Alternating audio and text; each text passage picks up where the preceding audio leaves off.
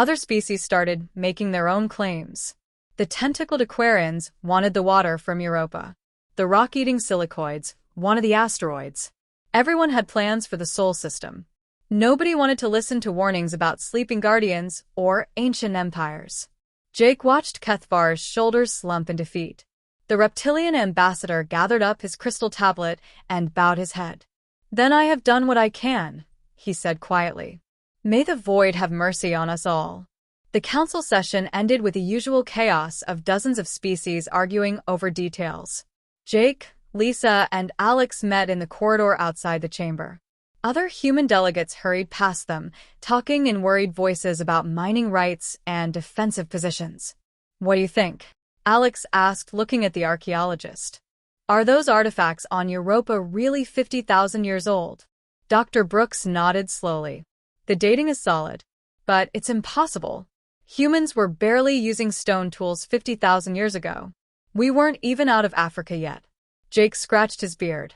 "Maybe they're not human artifacts." "They are," Lisa said firmly. "The DNA traces we found are definitely human. Not just human-like. Actually human. It's like finding your own baby pictures in a pharaoh's tomb." Alex's communication device beeped. He looked at the message and frowned. "Orders from Fleet Command. We leave for Europa tomorrow instead of next week. They want the excavation to start as soon as possible." "Why the rush?" Jake asked. "Politics," Alex said with a bitter smile. "The aliens are putting pressure on Earth's government. They want their share of whatever we found out there." Dr. Brooks looked back toward the council chamber, where Kethvar was still gathering his things. The reptilian diplomat moved like an old man carrying a heavy burden. "Maybe we should listen to him," she said quietly. "Maybe some warnings are worth hearing." But it was too late for warnings. The wheels were already in motion. Within 24 hours, the largest excavation fleet in galactic history would be heading toward the Sol system. They were going to dig up secrets that had been buried for 50,000 years. They had no idea what they were about to wake up. The Great Hall of the Galactic Council buzzed with voices from dozens of different worlds. Translator devices hummed as hundreds of species argued in their native tongues. At the center of it all stood Ambassador Kethvar, his green scales shining under the bright lights. His long tail swept nervously behind him as he raised his clawed hand for silence. "Please," he said, his voice carrying across the massive chamber. "You must listen to me. The Sol system is not what you think it is." Captain Jake Martinez sat in the human section, watching the reptilian diplomat with careful eyes. Jake had been in space for 20 years, fighting pirates and exploring new worlds for Earth. He had seen a lot of strange things, but he had never seen an alien look scared like this. Next to Jake, Dr. Lisa Brooks typed notes on her tablet. She was Earth's best archaeologist, and she had spent the last 6 months studying the weird things they found on Europa. The artifacts made no sense. They were too old, too advanced, and covered in symbols that seemed to move when nobody was looking. Kethvar continued speaking, his voice getting louder. "My people have records that go back 50,000 years. We know what sleeps in that system. We know what you will wake up if you go there." A loud buzzing sound filled the air. Hive Queen Zektiate stood up on her 6 legs, her insect body towering over everyone else. Her compound eyes glittered as she clicked her sharp mandibles together. "Superstition," she buzzed in her mechanical voice. "The humans are young and weak. Their system has nothing but ice and rocks. We claim it for the Hive." Other aliens started shouting in agreement. The blue-skinned Korathians banged their fists on their tables. The gas-breathing Vortons hissed through their breathing masks. Everyone wanted a piece of the Sol system. Everyone wanted the resources that Earth's solar system could provide. Jake felt anger rise in his chest. These aliens had been pushing humans around for 10 years, ever since first contact. They treated Earth like a backward planet, full of primitive creatures. They took the best mining rights and the best trade deals. They acted like humans were nothing special. "The warnings are clear," Kethvar said, his voice getting desperate. "The old texts speak of guardians. They speak of sleepers who wait in the dark. They speak of a power that chose to hide itself until the time was right." Hive Queen Zektiate laughed, a sound like breaking glass. "Show us these texts, reptile." Show us proof of your fairy tales. Kethvar's eyes went wide. He reached into his robes and pulled out a crystal tablet covered in ancient writing. The symbols glowed with soft blue light as he held it up. Here, he said, the chronicle of the first expansion. It tells of the garden builders, the ones who planted seeds across the galaxy and then withdrew to let them grow. The tablet projected holographic images into the air above the council chamber. Jake squinted at the floating pictures. They showed star maps, battle scenes, and massive ships unlike anything he had ever seen. In every image, the beings looked almost human. Tricks and lies, buzzed the Hive Queen. Computer graphics mean nothing. These humans are barely out of their caves. Look at their ships. Look at their weapons. They are children playing with toys. Jake's hand moved to the plasma pistol at his side. He wanted to show this bug exactly what human toys could do. But Dr. Brooks put a gentle hand on his arm. "Wait," she whispered. "Look at those symbols in the projection." Jake looked closer. The floating hologram showed writing that looked exactly like the markings they had found on Europa. The same twisted letters that hurt to look at. The same geometric patterns that seemed to shift and change. Commander Alex Stone sat 3 rows behind them, his gray uniform marking him as a senior officer in the Earth Colonial Fleet. Alex commanded the UNS Defiance, one of Earth's newest heavy cruisers. He was supposed to escort the alien excavation teams to Europa in 2 days. Now, he was starting to wonder if that was a good idea. Kethvar's voice rose above the noise of the arguing aliens. The texts are clear. The Sol system is protected. The sleepers wait for their people to call them home. If you disturb their rest, if you wake what should stay sleeping, then the galaxy will remember why the old empire chose to hide. Empire? Dr. Brooks whispered to Jake. What empire? The Hive Queen's mandibles clicked faster. Enough of this nonsense. The excavation proceeds as planned. We will strip that system of everything valuable. The humans can watch and learn how real civilizations work. The Korathian war chief, a massive creature with 4 arms and ritual scars covering his blue skin, stood up and roared.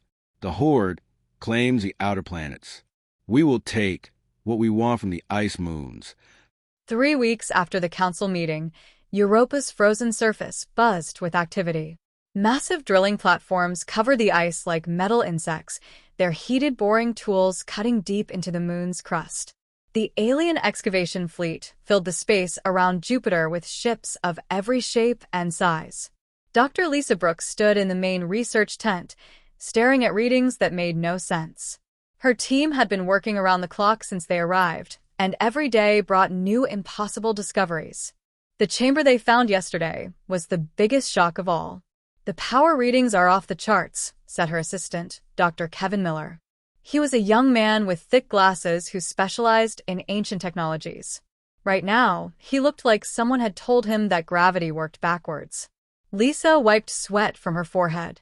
Even with the tense heating systems, Europa was cold enough to freeze breath. But the chamber below them was warm. Whatever was down there was generating its own heat after 50,000 years. "Show me the scans again," she said. Kevin pulled up the 3-dimensional image on his computer.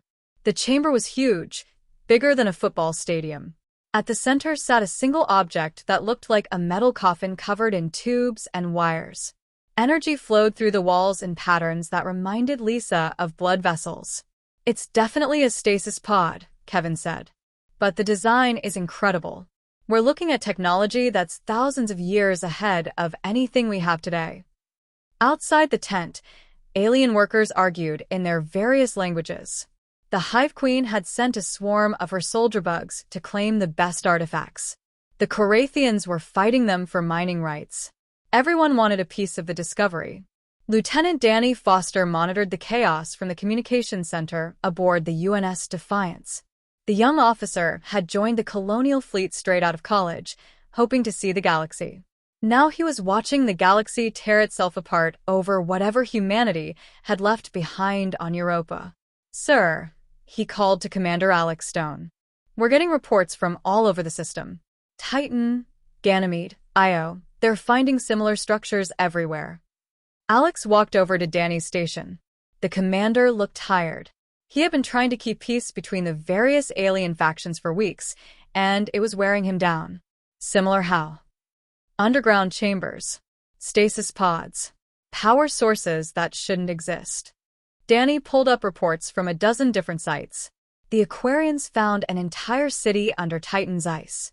The Silicoids discovered weapon caches on Ganymede.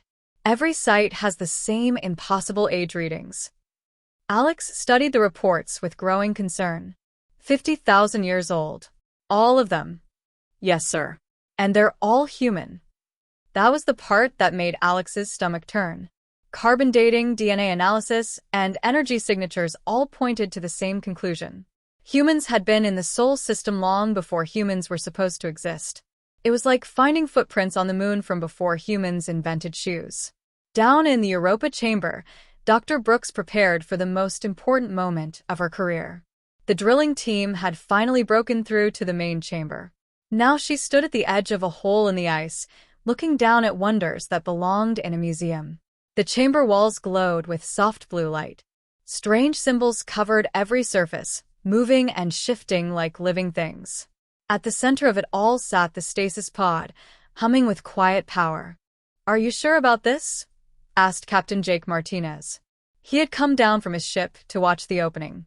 Military instincts told him this was a bad idea, but scientific curiosity was stronger. Lisa checked her instruments one more time. The pod is stable. Life signs are strong. Whoever is in there has been waiting for a long time. Chief Engineer Amy Clark was monitoring the situation from the UNS Defiance's engine room. She was the best engineer in the colonial fleet, and she had seen a lot of strange technology. But the energy readings from Europa made her equipment look like Stone Age tools. "Commander," she called over the communication system. "The power signatures are spreading. Whatever they woke up down there is activating systems all across the solar system." Alex grabbed the nearest communication device. "Lisa, you need to stop the excavation. Something is happening." But it was too late. Dr. Brooks had already activated the stasis pod's opening sequence. Ancient machinery hummed to life, with sounds like distant thunder.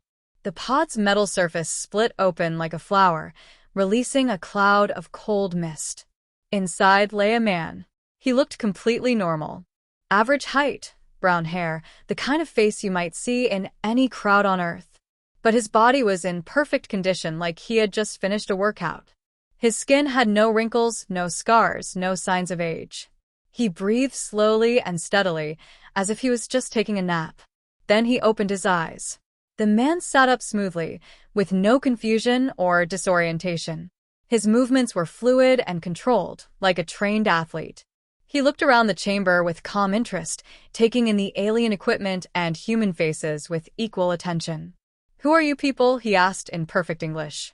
His voice was clear and strong, with no accent that Lisa could identify. Lisa's mouth hung open. She had expected many things, but not a casual conversation. "I'm Dr. Lisa Brooks from Earth. We're archaeologists. We've been studying these ruins." The man stepped out of the stasis pod with easy grace. He was wearing some kind of uniform that looked military, but with no insignia Lisa recognized. The material seemed to shift and adapt to his movements like liquid metal. "Ruins." He looked around the glowing chamber with a puzzled expression. "This is a guard station, not a ruin. Although I suppose 50,000 years might change things." He paused, studying their faces. "You said you're from Earth?" "Yes," Lisa managed to say. "We're human, like you." "I can see that." The man's eyes held depths that made Lisa uncomfortable, like looking into a very deep well. "I'm Colonel Ryan Hayes, Sol Defense Grid, United Nations Space Command." "What year is it?" Captain Martinez stepped forward. "It's 2387, by Earth calendar." "What do you mean, Sol Defense Grid?" Ryan's expression grew sad. 2387, so the memory wipe worked better than we hoped. He walked to one of the glowing walls and touched a symbol. Immediately, holographic displays filled the air around them. Star charts, tactical displays, and communication screens appeared like magic. "Memory wipe?" Lisa asked, but Ryan was already working with displays that hurt to look at directly. "Status report. he said to the air. Immediately, a synthetic voice responded in the same clear English. All Guardian stations reporting green status. Sol defense grid at full readiness. Awaiting orders, Colonel Hayes. Jake's hand moved instinctively to his weapon. What kind of defense grid? Ryan looked at him with something that might have been pity. The kind that kept the galaxy safe while you grew up. The kind that's been watching over humanity's children for 50 millennia. He gestured at the holographic displays. Every planet in this system. Every moon. Every asteroid. All of it protected. All of it armed. All of it waiting for the day when humanity would need to remember who it really was. The communications system crackled to life. Amy Clark's voice came through, filled with panic. Commander Stone, you need to see this. We're detecting massive objects all over the system. Ships, sir. Hundreds of them. They're decloaking right now. Ryan nodded as if he had expected this. The excavation triggered the awakening protocols. My people are waking up. He looked at Lisa with ancient eyes. Dr. Brooks, I think it's time your species learned the truth about itself. Outside Europa's atmosphere, space began to fill with impossible things. Ships longer than cities appeared from nowhere, their hulls bearing symbols that matched the ones in the ancient chambers. The alien excavation fleet suddenly looked very small and very vulnerable. Danny Foster stared at his instruments in disbelief. Sir, I'm reading energy signatures that break our sensors. These ships are bigger than space stations. Alex Stone realized that everything had changed. The humans weren't the primitive species everyone thought they were. They were something much older, much more powerful, and much more dangerous. The myths were real. The warnings had been true. And now the galaxy was about to remember why some things should be left buried. Colonel Ryan Hayes stood in the ancient chamber on Europa, watching holographic displays that showed him everything happening in the solar system.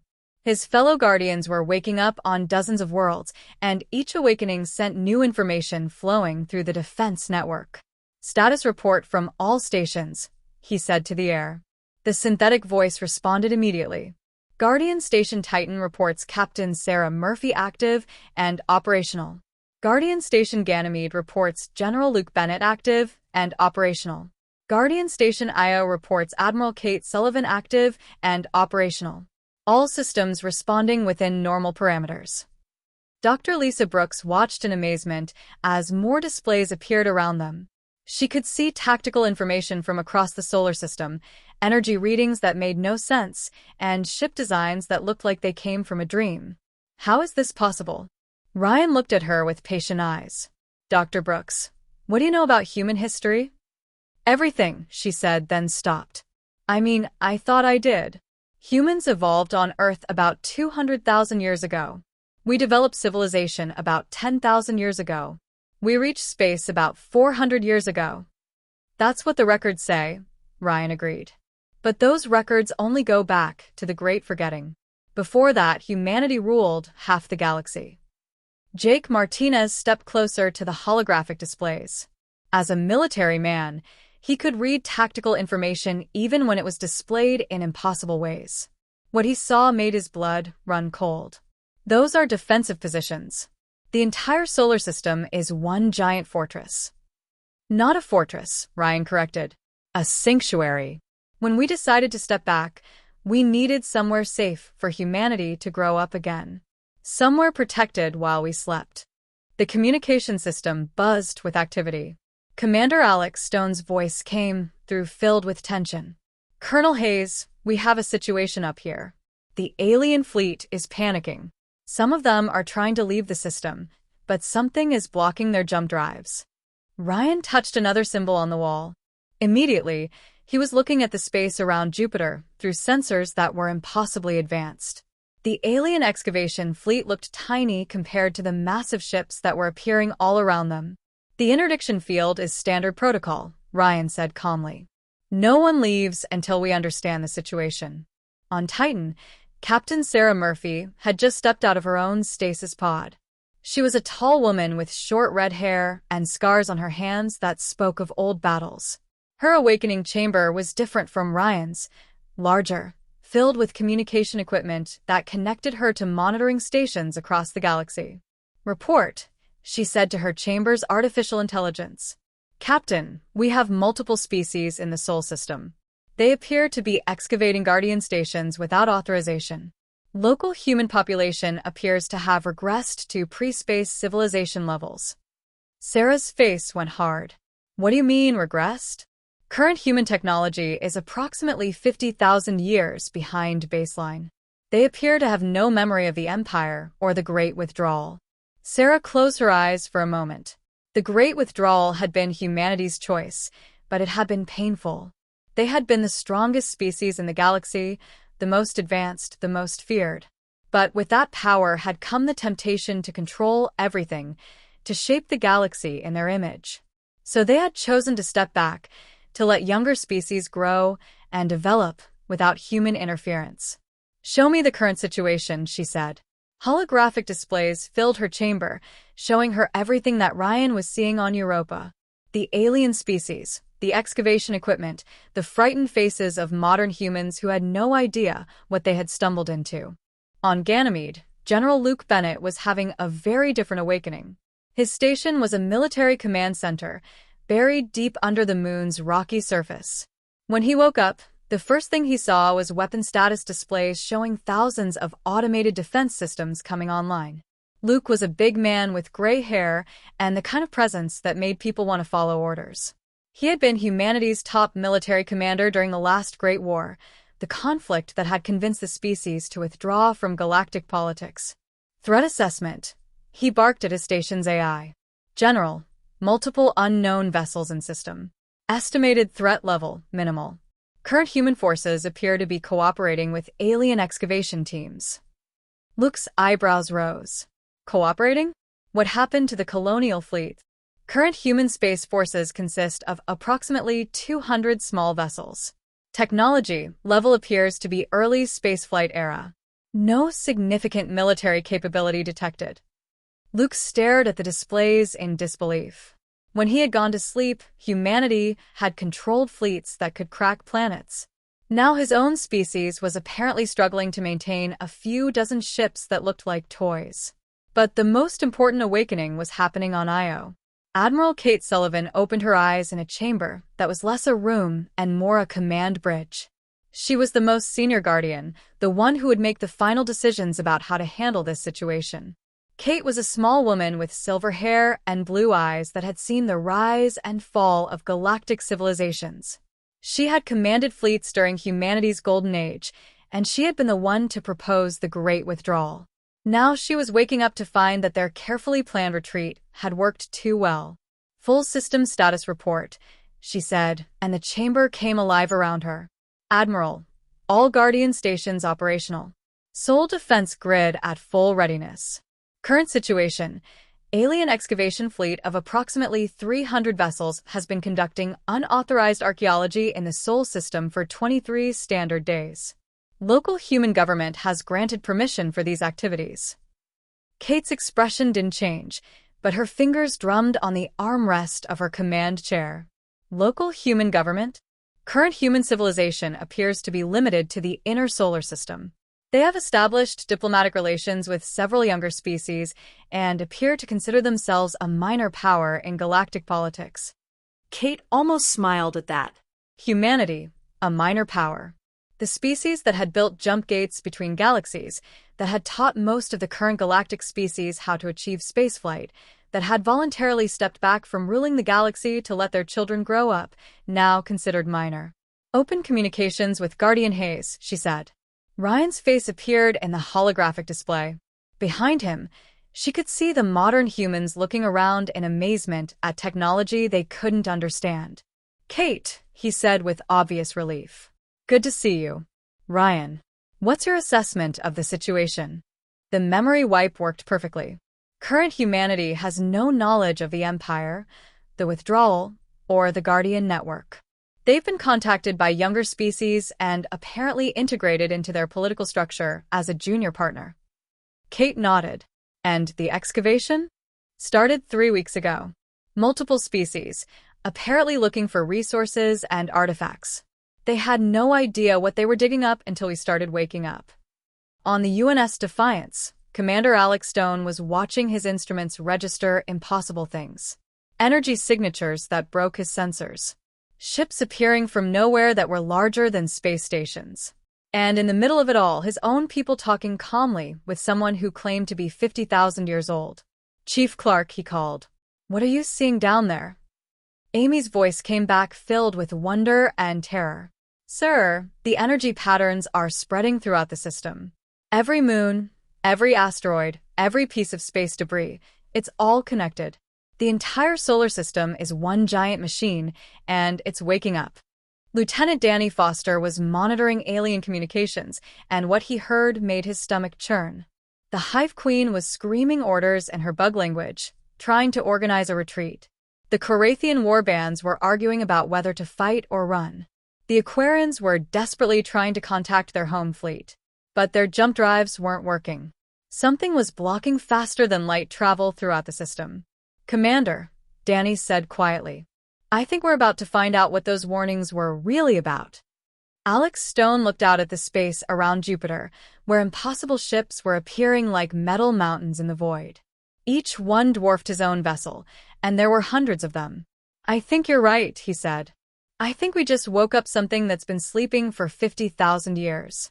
And I don't think it's happy about being disturbed." Admiral Kate Sullivan stood on the bridge of the UNS Eternal Vigil, a warship so large that entire cities could fit inside its hull. The ship had been hidden in the asteroid belt for 50,000 years, waiting for the day when humanity's guardians would need to reveal themselves to the galaxy once again. Around her, the bridge crew moved with practiced efficiency. These were not modern humans stumbling through procedures they barely understood. These were the guardians, awakened from their long sleep, resuming duties they had performed for millennia before choosing to rest. "Status report," Kate said, her voice carrying the authority of someone who had commanded fleets when most of the current galactic species were still discovering fire. Lieutenant Commander Pete Rogers, her tactical officer, looked up from his station. Pete was a lean man with sharp eyes who had served with Kate through the last Great War. To him, only moments had passed since they had entered stasis. "Admiral, all defense grid stations are operational. We have full sensor coverage of the system. The alien excavation fleet appears to be in disarray." Kate studied the holographic displays that filled the bridge. The alien ships looked tiny compared to the Guardian vessels that were revealing themselves throughout the solar system. But she felt no satisfaction at their fear. Intimidation had never been humanity's way, even when they had possessed the power to remake galaxies. "Communications from the surface?" she asked. "Colonel Hayes reports successful contact with local human populations. General Bennett confirms all weapon systems are operational but standing down pending your orders. Captain Murphy has established communication links with our monitoring stations in the outer galaxy." Kate nodded. The plan they had made 50,000 years ago was working perfectly, even if the circumstances were different than they had expected. They had assumed that when they woke up, it would be because humanity had grown strong enough to reclaim its heritage. Instead, they were awakening to find their descendants being treated as junior partners by species that humanity had helped to evolve. On Europa, Colonel Ryan Hayes was trying to explain 50,000 years of hidden history to people who thought human civilization was only a few centuries old. Dr. Lisa Brooks sat on a piece of excavation equipment, her tablet forgotten in her lap as she tried to process what she was learning. "We were gardeners," Ryan said, his voice gentle but firm. "That's the best way to describe what humanity became. We found young species throughout the galaxy and helped them develop. We gave them technology, taught them science, guided them through their first steps into space." Captain Jake Martinez shook his head. "That's impossible. Humans are barely holding on to a few dozen colonies. We've got maybe 200 ships in the entire colonial fleet. These aliens have thousands of vessels." Ryan smiled sadly. "Jake, when I went to sleep, humanity controlled fleets that numbered in the millions. We had colonies in dozens of galaxies. We had technology that could build stars or move planets. We chose to give it up." "Why?" Lisa asked, her voice barely a whisper. Because power corrupts, Ryan said simply. We were becoming what we had always fought against. Controllers. Dictators. We were treating younger species like pets or children who couldn't take care of themselves. So we made a choice. He touched the wall, and new displays appeared showing historical records that made their eyes water to look at directly. Battles between fleets of ships the size of moons. Planets being constructed from raw matter. Technologies that bent the laws of physics like toys. The alien fleet fled the Sol system like leaves blown by a hurricane. Ships that had entered human space with arrogance and greed now ran with their faster-than-light drives screaming at maximum power. The Hive Queen's massive vessels, the Korathian war barges, the Aquarian exploration craft, all of them racing toward the edge of the system where they could escape to hyperspace. But they would not forget what they had seen. Word would spread throughout the galaxy that the sleeping giant had awakened, that the myths were real, and that humanity was far more than the primitive species everyone had assumed. Admiral Kate Sullivan watched the retreat from the bridge of the UNS Eternal Vigil. Her ancient eyes held no satisfaction at the aliens' fear, only sadness that it had come to this. The Guardians had hoped to sleep until humanity was ready to reclaim its place through wisdom and growth, not through the terror of superior firepower. Admiral, said Lieutenant Commander Pete Rogers, the last of the unauthorized vessels have cleared the heliopause. Only the Zephyrian delegation remains. Kate nodded. Put me through to Ambassador Kethvar. The reptilian diplomat appeared on the main screen, his scaled face showing a mixture of relief and exhaustion. Behind him, Kate could see other Zephyrians bowing their heads in respect, a gesture their species reserved for only the most honored occasions. Admiral Sullivan, Kethvar said, his voice thick with emotion. 50,000 years we have waited for this moment. 50,000 years we have kept the faith. Ambassador, Kate replied warmly, your people have done more than keep faith. You have been the guardians of memory itself. Without the Zephyrians to preserve the old stories, the galaxy would have forgotten everything we tried to teach. On Europa, Colonel Ryan Hayes was helping Dr. Lisa Brooks and Captain Jake Martinez understand the full scope of what they had discovered. The ancient chamber around them hummed with activity as systems that had been dormant for millennia came back to life. The technology you're seeing here is just the beginning, Ryan explained. Every planet in this system, every moon, every asteroid, they're all part of the defense network. Hidden cities, weapon platforms, manufacturing centers, research stations. The Sol system is the most heavily fortified location in the galaxy. Lisa looked at the holographic displays showing her a solar system she had never known existed. How did you hide all of this? Stealth technology that bends light and sensor waves around our installations, Ryan said simply. To outside observers, this system looked exactly like what you thought it was, a young species struggling to establish a few colonies on nearby worlds. Jake's military mind was trying to process the implications. The colonial fleet, our entire military. We're just for show, aren't we? Ryan's expression grew sympathetic. Not for show, Jake. You're the future. We Guardians are the past. Someday, when humanity is ready, you'll inherit all of this. But that day hasn't come yet. Commander Alex Stone received the call he had been both expecting and dreading. Admiral Sullivan's voice came through the communication system with calm authority. Commander Stone, please report to the Eternal Vigil at your earliest convenience. Bring your senior staff.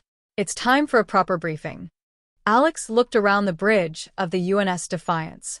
His ship had been the pride of the colonial fleet, the newest and most advanced vessel in Earth's military. Now he knew it was basically a toy compared to the Guardians' technology. We called it the Great Withdrawal, Ryan continued. We destroyed most of our technology. We wiped our own memories. We retreated to the Sol system and let the galaxy grow up without us interfering. Only the Guardians remained, sleeping and watching, waiting for the day when humanity would need to remember what it really was. Above them, Commander Alex Stone was getting reports from across the system that challenged everything he thought he knew about reality. Chief Engineer Amy Clark's voice came over the communication system, filled with excitement and terror. Commander, I've been analyzing the energy signatures from these Guardian ships. Sir, they're not just advanced. They're impossible. I'm reading power outputs that would require harvesting energy directly from stars. Defensive systems that seem to manipulate space-time itself. Weapons that, well, I don't even have words for what these weapons could do.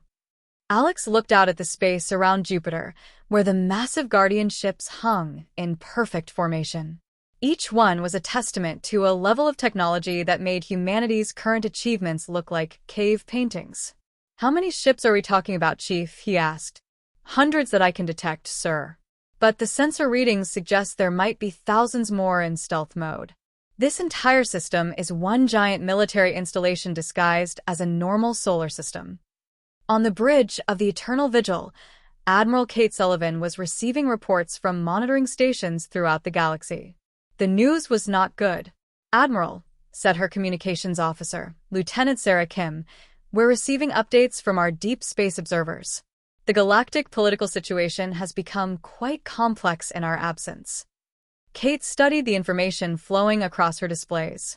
In the 50,000 years since the Great Withdrawal, dozens of species had risen to prominence. Some, like the Zephyrians, had maintained their respect for the old ways and had tried to preserve the memory of humanity's true nature. Others had forgotten entirely, treating the stories of the ancient human empire as myths and legends. "The Hive Queen's people have become quite aggressive," Sarah continued. "They've conquered 17 systems in the past 1,000 years. The Korathians have established a warrior culture based on conquest and expansion. Many species seem to have forgotten the lessons we tried to teach them about cooperation and peaceful development." Kate's expression grew troubled. This was what they had feared might happen. Without humanity's guidance, some species had reverted to their more primitive instincts. The galaxy had become more dangerous, not less.